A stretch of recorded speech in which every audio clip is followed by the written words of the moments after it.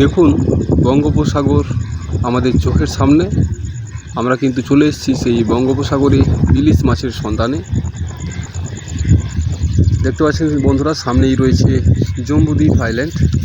এত ওয়েদার খারাপ রয়েছে আর সামনেই দেখতে পাচ্ছেন জম্বুদ্বীপ দেখাই যাচ্ছে। আমরা কিন্তু অনেক নিচে জাল মারছিলাম, জাল টেনে টেনে অনেকটাই উপরে চলে আসলো, প্রায় জম্বুদ্বীপের কাছেই। পাশে অন্যান্য ফিশিং নৌকো সবাই কিন্তু জাল মেরেছে।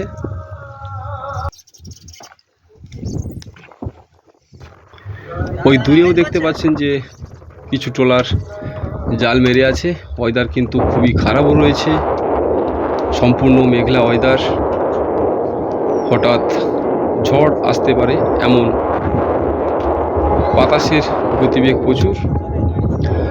আর এই মুহূর্তে কিন্তু ইলিশও দারুণ ইলিশ পড়ছে আমাদের এই বঙ্গোপসাগরে।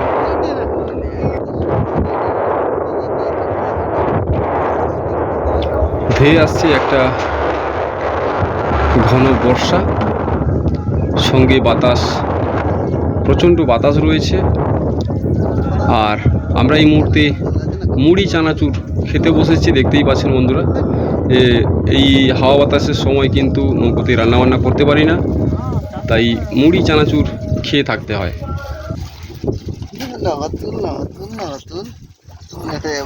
সামনেই বসে আছেন আমাদের মাঝিদা, তার সঙ্গে আরও একজন কেপিনের ওপর বসে আছে।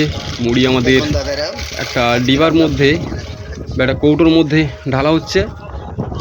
পাশেই দেখতে পাচ্ছেন জম্বুদ্বীপের কাছাকাছি আমরা চলে এসেছি। আর যেই নৌকোগুলো লোটে মাছ ধরে থাকেন তারা কিন্তু এসছে লোটে মাছ ধরার জন্যে, এসে বসে রয়েছেন যাতে ভাটা হলে ওনারা জালটা ফেলবে। এখন সম্পূর্ণ জোয়ার আর কোটালের পূর্ণিমার কোটাল চলছে, প্রচণ্ড জলের স্রোত। আরে আর বসে থেকে কি হবে, জাল মারো।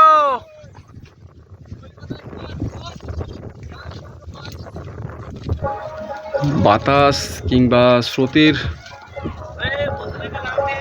দারুণ চলছে কিন্তু এই স্রোত, যেহেতু পূর্ণিমার কোটাল এটা,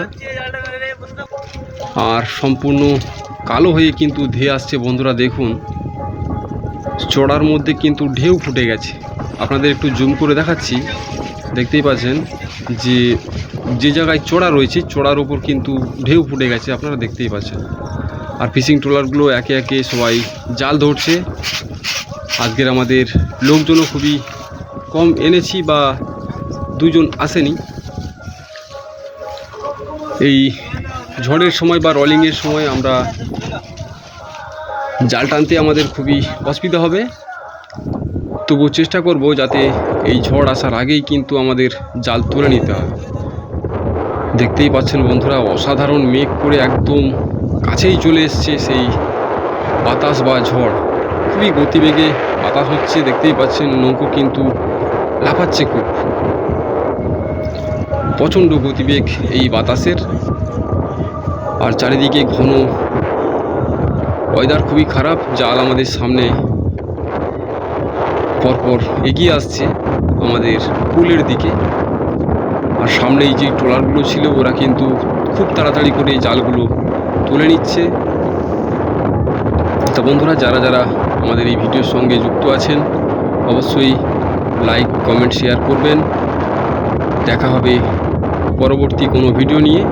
নমস্কার জানিয়ে আজকের শেষ করছি। ভালো থাকবেন বন্ধুরা।